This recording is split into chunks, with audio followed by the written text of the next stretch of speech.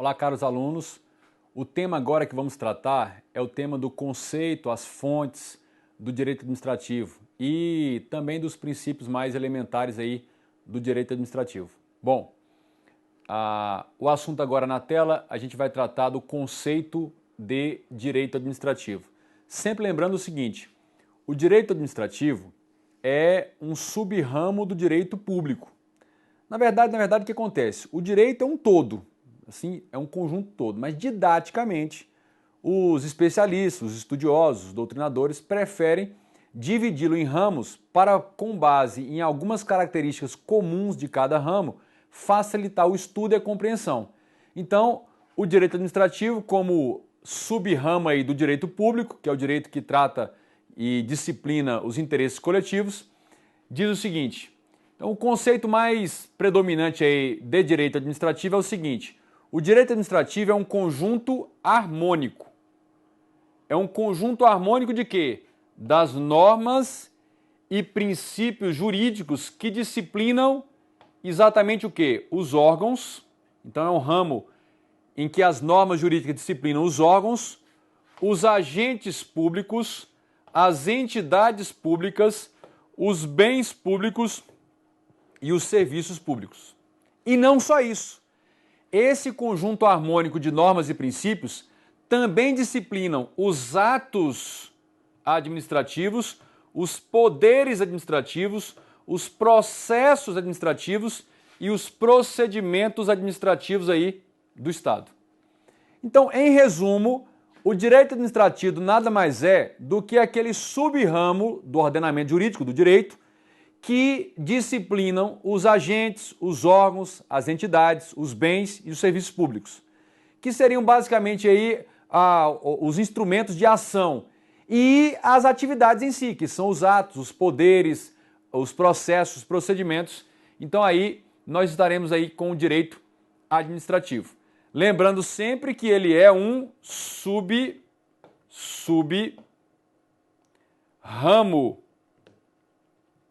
do direito público. Sub-ramo do direito o quê? Público. Continuando. Então, é o registro que você faz aí, nosso sub-ramo do direito público. Agora, dizer que o direito administrativo é um sub-ramo ou um ramo do direito público, isso tem algumas implicações, algumas decorrências. E isso sim é importante a gente tomar nota e ter sempre em mente. Que decorrências são essas? Que implicações são essas de ser um ramo do direito público? E aí nós temos aqui esse esquema para detalhar de forma bem clara. O nosso ordenamento jurídico como um todo, olha, o nosso ordenamento jurídico como um todo, nada mais é do que o conjunto de todas as normas e princípios que estejam valendo, vigindo em determinado estado, em determinado momento. Então, no Estado brasileiro, o ordenamento jurídico brasileiro nada mais é do que o conjunto das normas e princípios jurídicos que estejam valendo no nosso Estado atualmente. Bom, esse ordenamento jurídico, por questões didáticas, para facilitar a compreensão, o que os doutrinadores, os estudiosos optaram em fazer? Dividir esse ordenamento em dois grandes ramos, ou duas grandes partes, que são o direito público e o direito privado. O ramo do direito público e o ramo do direito privado. E aí, normalmente se elege três aspectos fundamentais que permitem diferenciar com clareza as normas pertencentes a cada um desses dois ramos. E isso é importante para fim de compreensão do direito administrativo. No ramo do direito público, nós estamos tratando de normas e de princípios jurídicos que regulam, que tutelam que interesses? Os interesses coletivos. Conclusão, o direito administrativo, por ser um ramo ou sub-ramo do direito público, ele contém um conjunto de normas e princípios que também disciplinam as normas e as regras e princípios voltados para o interesse coletivo. Tá aí.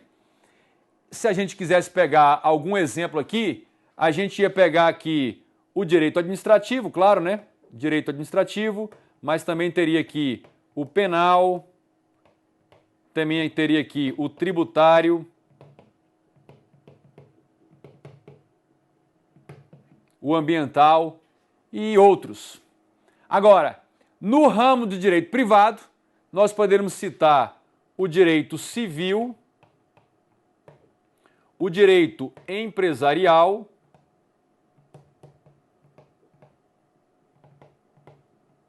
como sendo aí os dois principais exemplos. Bom, no direito privado, nós vamos ter normas e princípios jurídicos que regem ou que disciplinam, regulamentam os interesses individuais. E aqui, que são patrimoniais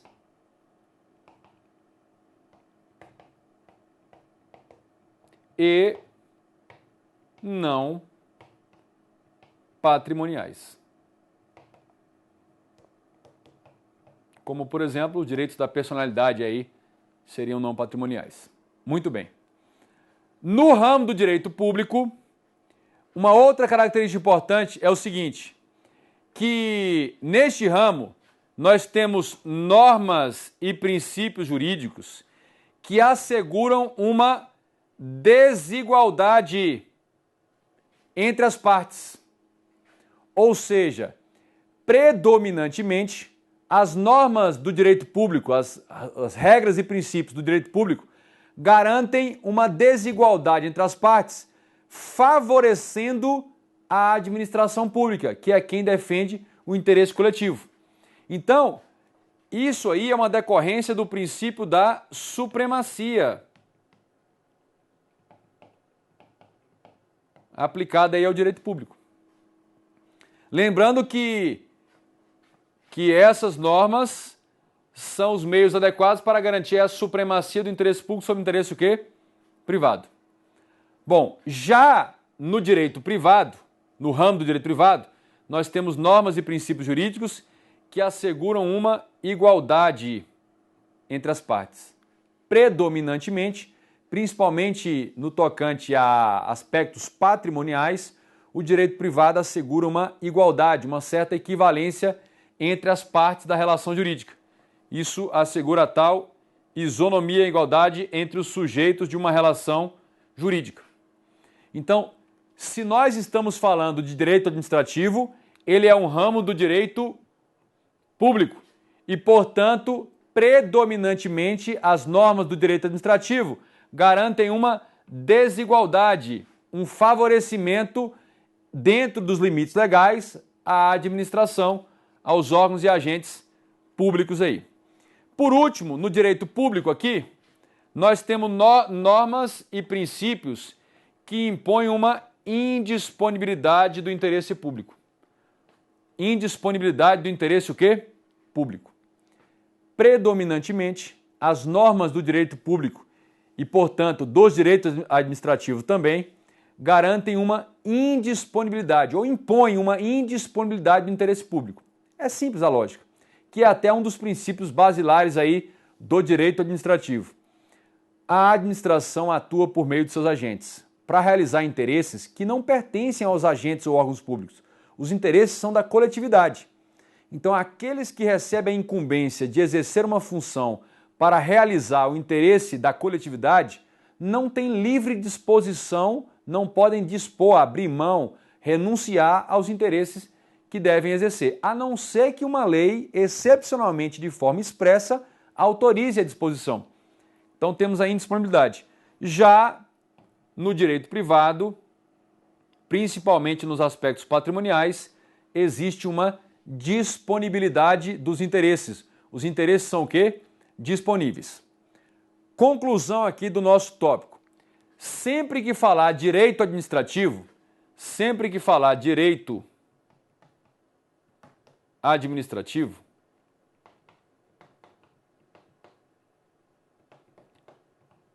você automaticamente já sabe que estamos falando de normas e princípios jurídicos que tutelam interesses coletivos.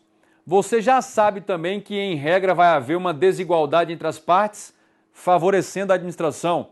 E você já sabe também que essas normas impõem uma indisponibilidade do interesse público. Então, essas características todas já são inerentes ao direito administrativo, porque são características próprias do direito público, e o direito administrativo é um ramo do direito o quê? Público. Então, nós temos aí essa noção. Muito bem, prosseguindo aqui, nós vamos falar agora das fontes do direito administrativo. Na tela aí, a gente vai tratar das fontes. De início, já é importante você pensar, mentalizar, o que a palavra fonte nos suscita, nos remete. Fonte nos remete à ideia de origem, de um local de onde se emana alguma coisa, onde você encontra alguma coisa. Então, nessa perspectiva de que fonte é o local de onde se emana algo, fonte do direito administrativo é de onde se originam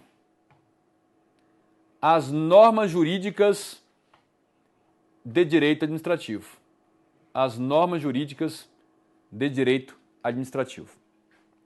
E aqui, de forma bem simplificada e clara para você entender, quando eu falo norma jurídica, tecnicamente eu estou falando de um comando.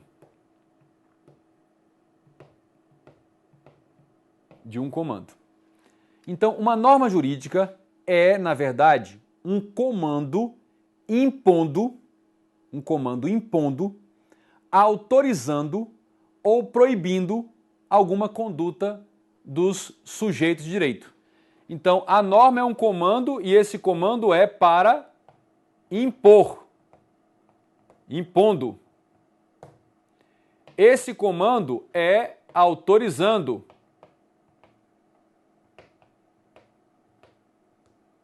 Uma conduta. Ou esse comando é proibindo. Qual é a lógica disso? Diante de uma relação jurídica, essa relação, ou nessa relação, os sujeitos vão ter que se comportar, devem se comportar, ou da maneira que a lei impõe, determina que deva ser, ou da maneira que a lei autoriza, nos estritos limites que uma lei autoriza, ou devem evitar condutas, comportamentos que a lei proíbe. Então a norma serve para, nas relações jurídicas entre os indivíduos, impor condutas, autorizar comportamentos, condutas ou proibir condutas. Muito bem. Agora a questão é, onde nós devemos procurar encontrar essa norma quando a relação envolver a administração pública, quando for uma relação jurídico-administrativa? Essa é a questão, é a fonte. Onde nós devemos procurar essa norma? Onde nós devemos procurar a proibição, a imposição ou a autorização para aplicar a uma relação jurídica envolvendo a administração pública? A questão é essa. Bom, tradicionalmente aqui na tela, as fontes do direito administrativo, tradicionalmente quais são? Primeiro, tradicionalmente se classifica em fonte primária, e a fonte primária, a fonte por excelência, o principal local onde você deve buscar a norma para regulamentar uma situação envolvendo a administração é a lei. Essa é a fonte primária, a fonte primeira, a fonte por excelência, é a lei. Agora, se não houver uma lei tratando daquela questão, daquele assunto, só e somente só quando não há a lei trazendo a solução para aquela situação jurídico-administrativa, só quando não há a lei é que o administrador está autorizado a buscar uma fonte secundária. Você pode até anotar uma coisa, a fonte secundária ela é subsidiária, ou seja, na falta da fonte primária, que é a lei, na falta da norma na fonte primária, subsidiariamente você põe no lugar uma norma vindo de uma fonte secundária. Quais são as fontes secundárias?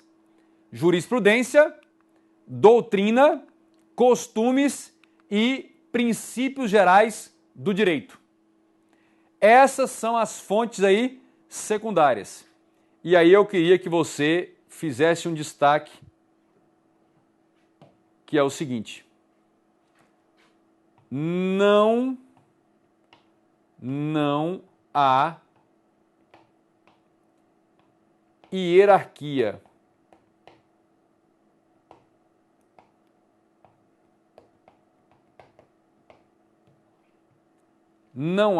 hierarquia entre as fontes secundárias. Aplica-se, na verdade, àquela que mais adequadamente apresentar a norma, a solução para o caso concreto. Então nós temos fonte primária e fontes o quê? Secundárias. Muito bem. Para fazer uma demonstração de como se dá essa relação entre fonte primária e fonte secundária no caso concreto, vamos aqui a uma tela em branco.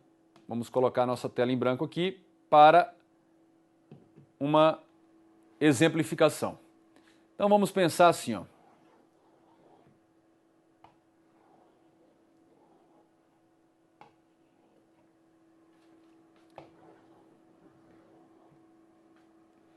Vamos pensar que aqui seja o STF, Supremo Tribunal Federal. E vamos pensar que aqui seja o Senado. Vamos pensar que você tomou posse e entrou em exercício no cargo de técnico judiciário.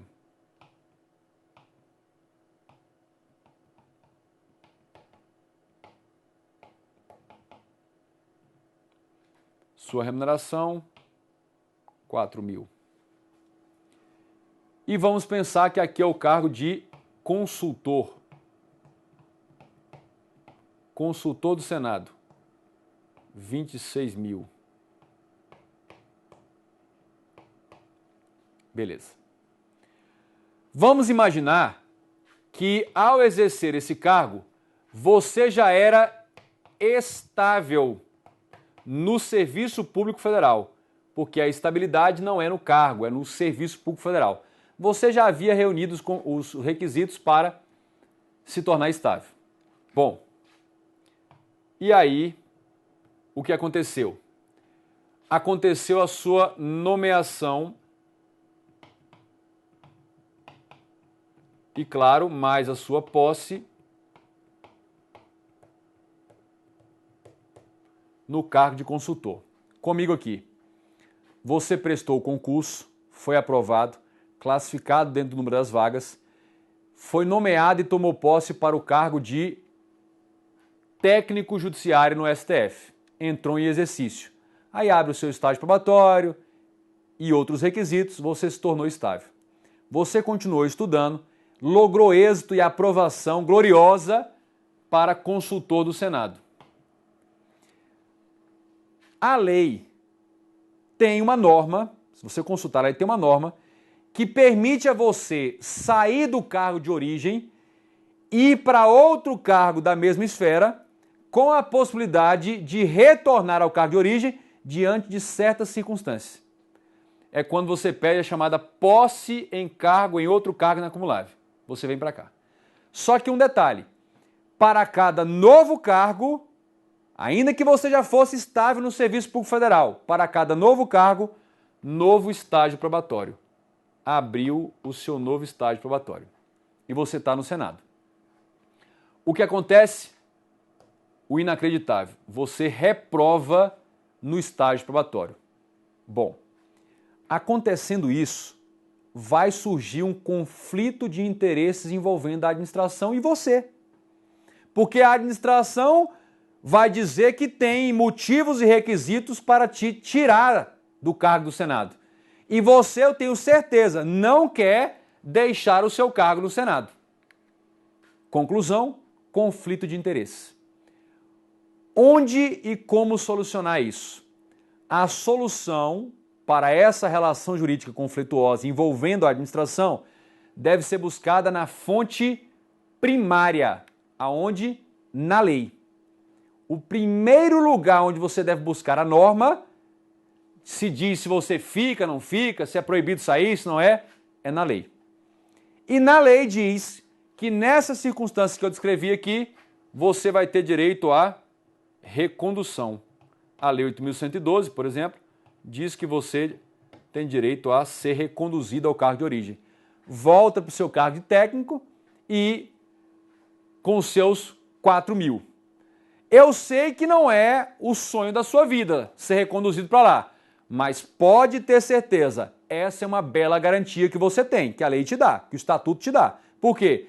Porque você prefere ficar com os 4.000 a ficar só com a matrícula aí online do Gran Online. É só isso que você não quer na sua vida. Então reconduziu para lá. Muito bem. Aí agora suponhamos o seguinte, o cenário era o mesmo. O cenário era o mesmo. Você veio para consultor saindo de técnico. E aí agora, o que aconteceu? O concurso inteiro foi anulado com todas as nomeações feitas. O judiciário julgou pela nulidade do concurso inteiro. Ou seja, não poderia ter sido homologado esse concurso e nem ter sido feitas as nomeações. Bom, você está com conflito, porque você quer continuar no Senado, essa anulação vai fazer com que te tire lá do Senado. Agora você vai procurar a solução. Aonde? Primeiramente, você busca a solução na lei, na fonte primária. Primeiramente, você vai na fonte primária. Agora, e se a fonte primária não tiver a solução, a norma, como de fato não há? Você pode consultar o ordenamento jurídico inteiro, você não vai encontrar uma linha, um risco, um pingo, tratando dessa situação em que o concurso é anulado. Bom, diante de uma situação como essa, em que a fonte primária não apresenta a solução, aí você está autorizado a buscar uma das fontes secundárias. Qual delas? A que melhor apresentar a solução para o caso concreto. Ou a jurisprudência, ou a doutrina, ou os costumes, ou os princípios gerais de direito. O fato é que você só vai para a fonte secundária na ausência, na falta de uma norma sobre o caso concreto previsto na lei, na fonte primária. Tudo bem? Bom, sabendo isso, a gente vai passar agora para uma análise desses elementos, detalhando esses elementos aí das fontes do direito administrativo. A fonte primária, a fonte por excelência é a lei. A fonte por excelência é a lei. E aí, o que é a lei? É uma descrição textual, geral, abstrata e impessoal. Geral, abstrata e impessoal. De determinada situação ou circunstância, a qual se confere um efeito jurídico. Então a lei nada mais é do que um texto elaborado lá mediante o processo legislativo, lá no Poder Legislativo, e esse texto vai descrever uma situação e para essa situação abstrata, geral, impessoal, ele vai apresentar um efeito jurídico para quem vier a se enquadrar nessa situação. A leitura deste texto permite você extrair a norma. Então a leitura aqui, ó, esse texto permite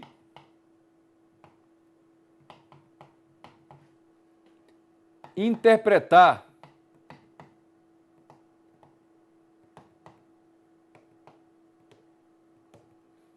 inferir a norma, o comando. Interpretar, inferir o comando. Então essa é a ideia de texto da lei. Quando você lê o texto da lei, você pode interpretar ou inferir o comando. Muito bem. Um aspecto aí deve ser compreendido em sentido amplo. O quê? A lei. A lei deve ser compreendida em sentido amplo. Por quê? Porque quando se fala lei, deve abranger a Constituição e todas as espécies de lei. Então, a fonte primária significa você procurar na Constituição, nas emendas com a Constituição, na lei complementar, na lei ordinária, lei delegada, medida provisória, decretos legislativos e resoluções. E não só isso, nos atos normativos secundários. O que são eles? E aí eu vou aqui para te mostrar rapidamente como é que funciona. Imagine que o nosso ordenamento jurídico possa ser representado graficamente de forma piramidal. E aí nós teremos assim, ó, a Constituição Federal aqui no topo como norma fundamental. Todo o restante do ordenamento jurídico tem de estar em consonância, em acordo ou de acordo com a Constituição. Abaixo da Constituição, nós temos os atos primários.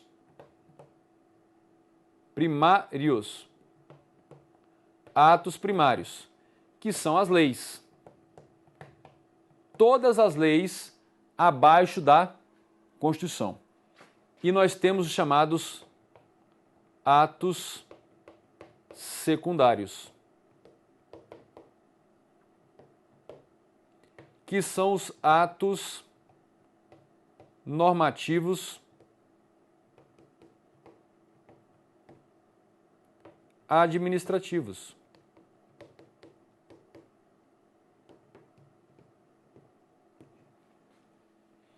Então, quando se fala em lei ou fonte primária, a gente deve buscar a Constituição, os atos primários, que são as leis mesmos, e aí eu estou falando das espécies do artigo 59 da CF, e também os atos administrativos normativos. O que seriam aqui esses atos administrativos normativos?